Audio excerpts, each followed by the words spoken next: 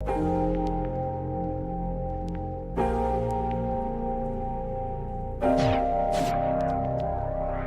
up? This is Jonathan Steele coming to you through the Stay Woke podcast. One of the things that's going on, especially right now today, and the biggest things that I've noticed is value. And it's interesting on how we rate that in different fields. Some people feel like the value of a lawyer or a doctor justifies why they make the amount of money that they do now.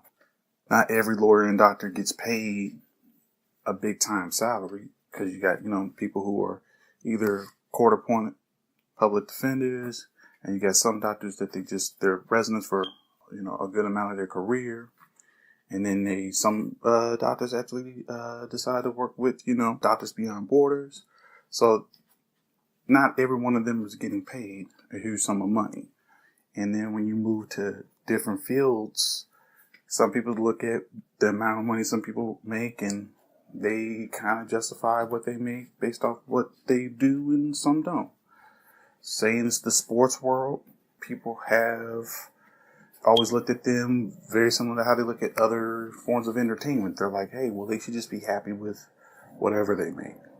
And you could say to a certain degree that might make a lot of sense, because they're still going to make, on average, depending if they're working pretty well, a better living than, say, someone who is working, as a plumber, or maybe as a dentist, depending on how much work they're doing, or even someone who's a mechanic or a police officer. But value is relative to the markets that you're in. So, for example, when people say, look at LeBron and what he makes, there's some people that think like, oh, well, he makes more than enough money. And that's not the most accurate thing to say, because his value to what he brings versus what he makes will never be equal to each other. There was an article around the time when he was with Miami where the owner, Mickey Arison, was like, hey, if we went based off of a free market, I would have to pay LeBron $75, maybe $85 million for the year, just based off on what he brings to him, based off of ticket sales and merchandising. But he's only paying him at the time roughly 21, 22. Because LeBron used to take contracts under market value, so he'll have a better team around. And some people are like, oh, well, he still makes a lot of money. It's like, well, anytime you suppress someone's salary, it shrinks it, which means then the other pool of people that are in that may not get the same amount of money as, say, someone else.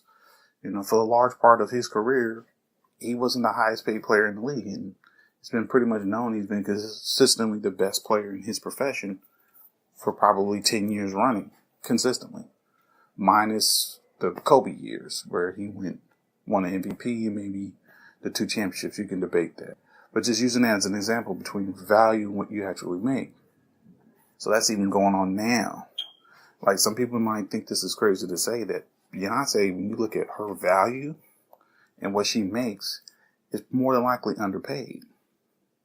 When you look at her level of influence, the amount of money she generates at each concert she does, to the amount of merchandising that she's able to move, you could say her value compared to what she's actually paid is not accurate. It doesn't meet what she really brings to the table. And that's something that, going through your life, you got to be able to balance that out when you start talking about what's my worth versus what am I in the position to negotiate.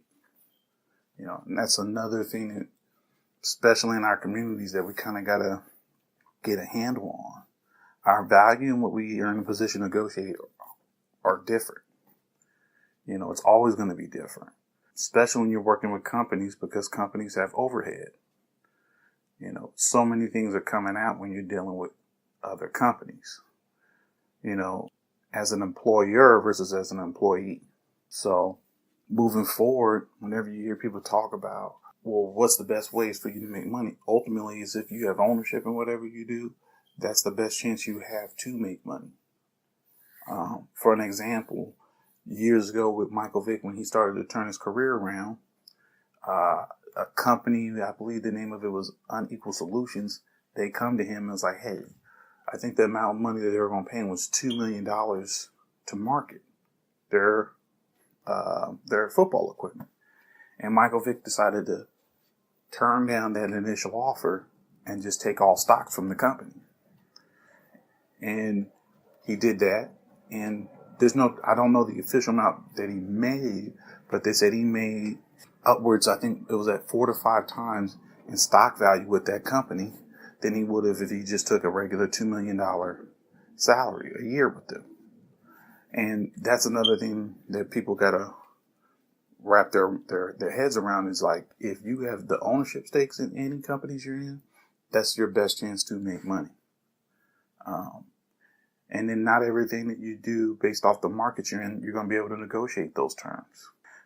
For example, Des Bryant, a football player who plays for the Cowboys, his contract now seems like he's being overpaid. But at the time when he got his money, it was at market value for what his position in the field that he's in says he should get. Rock Nation, his agents negotiated that contract. So now when people are coming to him now and they look at what he did in the past versus what he's doing now, and they'll say like, oh, well, he should take a pay cut. Well, his contract is what his contract is now. That's up to the Dallas Cowboys to come to him and say, well, we don't think you're no longer worth that number. He doesn't have to negotiate that with them. And another thing that he's doing that a lot of people seemingly don't do is he's not going to negotiate that publicly. He's like, his contract is his contract. He's not interested in doing a contract negotiation through the public. Now, obviously, his team probably briefed him on that, on what to say in regards to that, because you've never heard anybody who negotiates publicly get their money when they're talking about someone that they're trying to do a business deal with. It just never happens. One of the things that ended up happening, I don't know if anyone who had a chance to see the Defiant ones, when they show the clip of Dr. Dre and the Apple deals going down, and Tyrese says what he says on that video, people can say that it didn't hurt it, but in the doc it acknowledges that kind of put that deal in some trouble when he said that the deal had already went down and they were still in negotiations. Now, they ended up selling for $3.2 billion, I believe was the official number. But even in that doc, I don't even think they even acknowledged on if that was the best number, because chances are high that probably wasn't their best number. He could have got something much higher than that, because anytime a merger leaks out and the public is now involved in it, people don't realize you're now affecting stocks when you start talking about company mergers and market confidence. So yeah, people can say like, but Will Dre still made his company, still sold for $3.2 billion. He still got his money to a large degree. Who's complaining for Dre? It's like, in the end, what you want is you want to make sure that when you get the best business deals, and no matter what field you're in, that you can. So anything that leaks to the public is not good for you. And for an example of that, when you look at what happened with, say, the Monique situation with Netflix, negotiating with a multi-billion-dollar company publicly does not work. It's not going to work. Now, I know some people's like, oh, well, the offer was low. Again, you'll never get paid what your true value is. You're going to get paid what you're in a position to negotiate. She hasn't had a special that's been out, that's been talked about, that's generated a lot of revenue based off the analytics numbers that they presented. Now, you can debate that and say, well, they're skewing that. Well, every major company will like to not pay somebody their true value in a negotiation. That's how it's always worked. Even when down to the number of saying that they had a budget where they could pay her upwards of $3 million. That's how they had her position and rated. And people can say, well, why they come to her that low? Again, it's a business. Now, if she had other people that were bidding at the time for her, that number then changes. So I don't know that much about her husband other than the fact that he's been her manager and has been kind of running her career for a number of years now.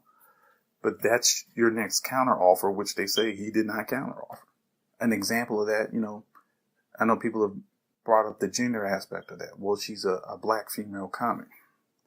Well, gender does have something to do with it, because on average, most women are in every field across the board, underpaid commensurate to the value of their male counterpart. That's true. But say you take someone like Jamie Foxx. He hasn't done a special, I think, since I Need Security. I could be wrong. He hasn't done one since 2002. Maybe '03 was the last time he did a special. Now, would he get who Monique mentioned in that video that she made, $20 million compared to Dave Chappelle and Chris Rock? No, because he hasn't been doing comedy shows like that. His name and his value in that field isn't as high as it is right now, say if he does a film right now. But he would get more than $500,000. That's true. Because you got to look at the relationships that he's built over the years and how much money he's made for a lot of these companies. So a company like Amazon that needs a lot of content, or Netflix, or HBO, or Showtime, would bid to get involved in Jamie Foxx putting out a special on their network because of his social media influence that he has and the fact that he's a huge star. And in comparison to her, yeah, they're both Oscar winners, and that's true. I know she brought that up, that, she's an Oscar winner and she should get that kind of respect, but there's been a lot of Oscar winners that are not really working that much right now. You can't get paid off of what you've done in the past. So an example of that right now is, say, Octavia Spencer. She won an Oscar 2 years after Monique. And she's still one of the highest in demand actresses at this moment. Not The Help. Like, The Help is now the backdrop of Octavia Spencer's career. She just booked another film, the Dr. Dolittle movie, the other day.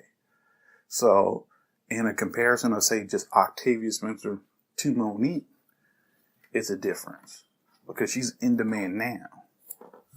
And that's another thing I think that she, in hindsight, is going to probably look back on and realize that she probably didn't play some of these scenarios the right way. And what she said was true. Well, if Viola Davis says it, why does it hold more weight? Because it holds more weight because she's still currently in demand now. That's why it holds more weight. So when someone like her says, like, hey, I'm being underpaid compared to other people who I'm in the same category with, I'm being vastly underpaid, her word holds more value to that issue than someone who just currently has not been working consistently in their field at this time. No different than Octavia Spencer saying that when the last one that she just booked, saying like, hey, I get paid, I think she said 5 times less than some of the white female counterparts that she has. And I think her and Jessica Chastain, who they worked on to help with her, that and then they negotiated a deal to get the same amount of money. So people are looking like, wow, I didn't know that Octavia Spencer was getting underpaid, because you see her a lot. You've seen her in big films since she's won her Oscar, and you see her in smaller films, but you consistently see her. So when you hear her say like, hey, I'm not getting paid the amount of money I'm supposed to be getting paid based off the position I am and how I work, that holds more weight. The racial and gender argument, it's always going to be there. It'll never leave. You can't discount it. It's just what's its place and how do you rate it based off of the particular individual it involves. That's a real thing. And you can't dismiss that. And I think kind of, if you're going to bring that in, people always talk about what can we do to help the team. It has to be about we first, if you're going to try and do that, especially in our community, versus it's about me. The reason why it was accepted more so well with Viola Davis and Octavia versus Monique is because Viola and Octavia's arguments, based off where they're at in their careers and the way they presented their argument, is presented as, this is something I want to see improved for the collective. When Monique presented her argument, it was more so about, well, I'm not getting mine, so I would need you to go ahead and just boycott. And that's how it lands. Because it's a really hard thing to claim a racial element, and they just gave upwards of $100 million to Shonda Rhimes, and they gave a big deal to Ava DuVernay. They had that show Chewing Gum with Michaela Cole that's been doing well. it's a lot of people of color. I know Justin Simon, for I believe Dear White People, his show got picked up immediately and is doing well. And then She's Gotta Have It.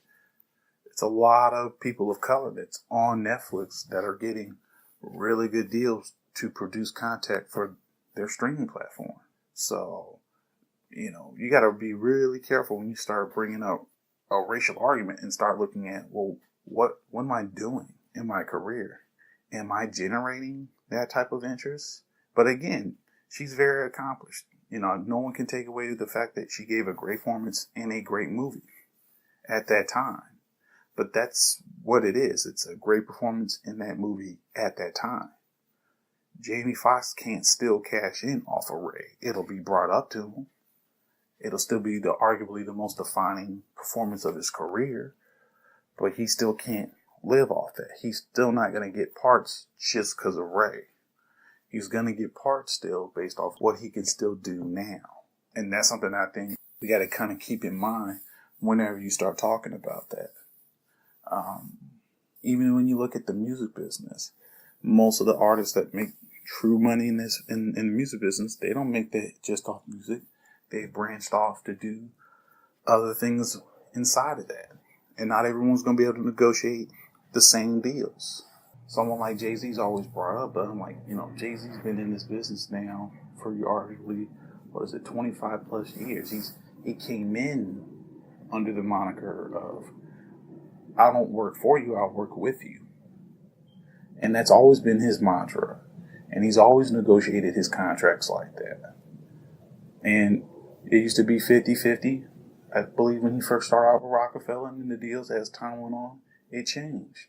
There's a lot of people out here working jobs now that if you're really bringing $100,000 a year of worth of value, but a company's only going to pay you $40, that's the base amount that they're going to pay you, but say they can end up getting you to do it for $30, they would do that. That's how these things work. And they won't lose a bit of sleep about it. They're looking like, hey, we're trying to get the best business deal that we can. And sometimes that happens. Sometimes, like, especially even on some of these interviews where people talk about other people's money. Now, I just be thinking sometimes, like, who decided to negotiate publicly? Like, when did that become an acceptable thing to do? Like, even when things happen, I remember at the time with, I believe, like, whose contract? I think it was Steph Curry's contract at the time. And someone said, like, hey, was he going to give the Warriors a discount because, to keep Kevin Durant and to keep some of these people? It was like, well, no. Because what he brings to the Golden State Warriors in every one of those categories that is a big deal says that he should get a max contract based off what's in their CBA to negotiate. Steph Curry is arguably the most influential basketball player in the game right now. He's not the best, but he's probably the most influential because people can look at him and say, like, oh, I can play that. LeBron is a once-in-a-generation, once-in-a-lifetime player and person of influence right now in terms of what he means to the NBA. But if you're talking about whose impact on the game has been really long-lasting, it's someone like a Steph Curry, because now you got a bunch of kids that are not that big, that are not super athletic necessarily, that really believe they can play basketball if they can hit threes. And with him, he got underpaid. We actually got paid what he was worth at the time for his initial contract because he was injured a lot. And his contract at that time opened the door for them to be able to sign Kevin Durant. So at that time, this is some money that can now set him up for the rest of his career. So he ended up deciding to take a full max deal. He's another one that he didn't get big offers from Nike to sign with them. And he took Under Armour. And with Under Armour, he didn't even get a large salary. They gave him stocks. And they gave him a lot of the stock values that he had in his shoe. Now, his shoe, I think in comparison now, it's not really, it still sells, but it's not selling like at the rate that some of the Nike shoes are. I believe at the new Kyrie's, and I don't know if John Wall's shoe outsells his. I will have to look that up. just to be sure. But it's not a popular selling shoe that you hear people talk about when you go to a basketball court, is that they're wearing Steph Curry shoes. It's mentioned, but it's not that high. It's not Kyrie, because Kyrie just has a better shoe. But just in comparison off of that, that's a huge thing that he was able to get that much value in his shoe and was making on average more money than, say, someone that had a salary with, say, Nike. If you're Steph Curry at the time and you don't even get a deal with Nike when you're first coming out, he still didn't do that publicly. He was just surprised that they wouldn't sign him. And at the time, they felt like, well, we can't really market a Steph Curry shoe. And this is before he became as big as he is now playing. But seems kind of crazy to say that now, seeing what he was. But at the time, that's how they rated him. Nike they did not believe that he was going to sell a shoe. Derrick Rose at the time was bigger than Steph Curry. And look how that changed quick. And Derrick Rose is still an influential person, still in the market in terms of people knowing his name, the athleticism that he had when he first came out, and what he did early on with the Bulls. But now that's not there. He's still going to get money off his shoe deal, which is I think they say he got $80 million left on that contract. So for Derrick Rose now, his main objective now is I just want to keep playing in the league. So I think he could still get his money. Now, some people are saying that if he were to retire, it would offset some of that money. It depends on how he negotiated his contract. But that's another thing, is because he was able to negotiate that at that time with Adidas when he was at his height, he got one of the highest, shoe deals in history. James Harden has a $200 million shoe deal now. And that's based off what he is and his value and what he can negotiate. I think moving forward in the fields that we're all working in, people can start to adjust to that and see about how can they go about trying to get the kind of deals that they want. And even with some of the people that you may disagree with how they negotiate their contracts, you don't have to necessarily bash them. You can just disagree with them. The style of negotiating publicly just doesn't work. Even with, say, Odell Beckham Jr., he's never personally said, but if you hear that he wants to set the market and he wants to be paid like a quarterback, that can be leaked out by you people. And that's how it's perceived. Now, the team's going to try and do that because they want to lower your value. They're always going to try and do that. And then your background and what you're bringing and where you're at now shapes that. So if he wants to kind of get what he's going to get, it's a certain level of dependability that people have to have when they give you a certain amount of money. And a lot of people don't like hearing that, but it's not a blank check. They put clauses in these contracts for a reason. They're not going to give you complete autonomy to, okay, we're going to give you a bunch of guaranteed money and you're going to get this and that, but you don't deliver from a performance level. It's not going to happen. So with some of the stuff going on with, whether it's a Monique for, entertainment, who's trying to get better business deals, which is a good thing, especially for women. I think that's another thing is, I think a lot of women have been vastly underpaid. It's just how you're going to negotiate that. It's a way to go about doing that. Hopefully, moving forward, we kind of get better at that, especially when it comes to how we decide to do that with each other. One of the things that kind of is the most surprising is that a lot of her assessments on the people when it comes to her financially is people of color. Do you need, say, a Tyler Perry or Oprah or Lee Daniels? Do you have to work with them in order to be successful and you're of color? No. Does it help? Yeah. Bashing them doesn't help because then you give the impression off to other companies that, well, if you don't get a certain amount of money or you don't get every demand that comes your way, you're going to decide to bash them publicly. And that just doesn't work when you're trying to get people. I was talking about this just the other day about Will Packer, and when he got brought up, is on average his films cost more money to make than Jason Blum, on average. But no one's talking about, hey, well, he's underpaying or he's sabotaging people when it comes to money. He's like, no, if you can get a film made, the lower the budget is. And financially, that's a true thing. It doesn't then take as much money to make back when it comes to getting that back to profit.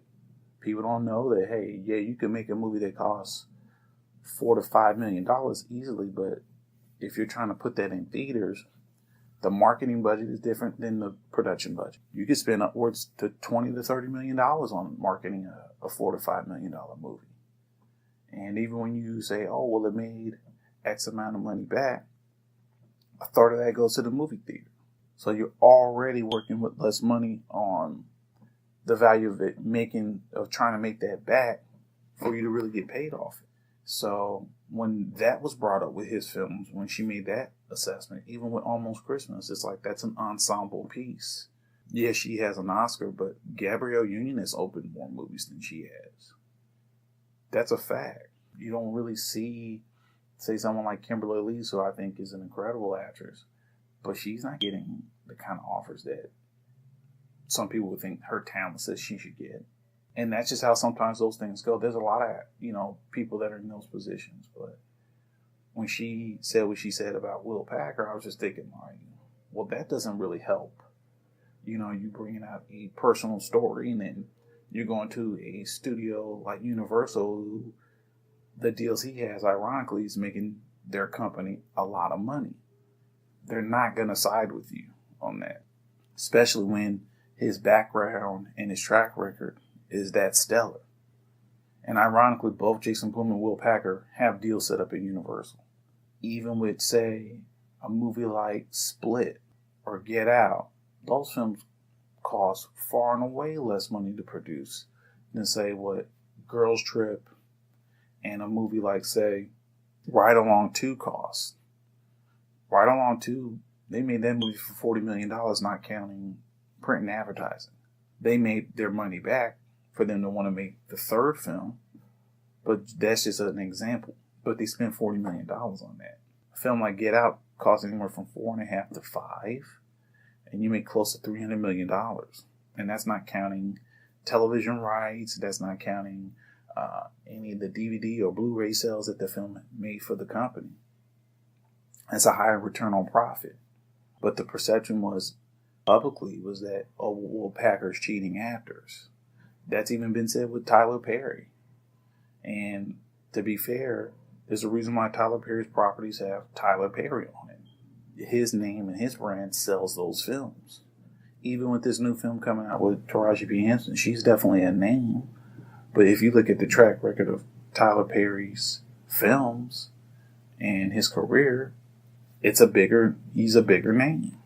He has ownership in the stuff that he does. And you could talk about the rates and what he pays people, but that also goes to show you what rates are different paying people in the state of California than what you're going to pay them in the state of Georgia. And he's creating a lot of jobs. Now, you could debate how much money those people are getting paid, because you can do that for every film or for every production that people are part of is, am I getting the amount of money that I should be getting? And that's cool. But you can't say that he's not making an effort to create for other people. Kind of got to get out of that savior syndrome too. It's not up to just a handful of people in our community to save us. That's a dangerous thing to kind of get involved in. And we do that a lot, where we'll look at certain people and we expect them to deliver on things like that. That I've never understood that. As great as Oprah is, it's not Oprah's responsibility to save humanity and to save all people of color. She can do her part, but she can't be that for everyone, because as an individual, there's going to be certain things that she agrees with and certain things that she disagrees with. And that'll go on all day. I'm definitely going to wrap up this podcast. It was just some thoughts that I had on my mind. I look forward to doing another one over the next 2 days or so, based off I'm going to look at some other issues that I want to talk about. But for anyone that does get the chance to hear this, I thank you for listening to this podcast. I'm happy to be putting this on. I look forward to doing more in the future soon. Y'all have a great week. Stay up.